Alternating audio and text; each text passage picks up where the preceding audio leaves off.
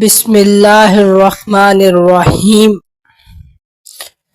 ابتدا ہے رب ذوالجلال کے ببرکت نام سے جو دلوں کے رازوں سے خوب واقف ہے۔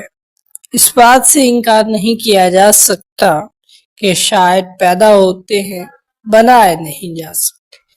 ہم اگر شاعری کو خاص علوم حاصل کر کے نکھارا ضرور جا سکتا ہے، تو یہ ویڈیو اسی سلسلے کی ایک کڑی ہے۔ آج ہم اس ویڈیو میں صرف یہ سیکھیں گے کہ شاعری ہوتی کیا ہے۔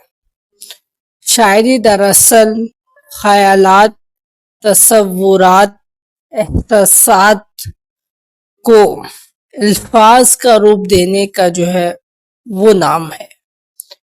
شاعری کا مادہ جو ہوتا ہے وہ شعر ہے۔ شعر کیا ہوتا ہے، اس کے کتنے حصے ہیں، اردو کا پہلا شعر کون سا ہے، اس پہ ہم نیکسٹ ویڈیو میں بات کریں گے۔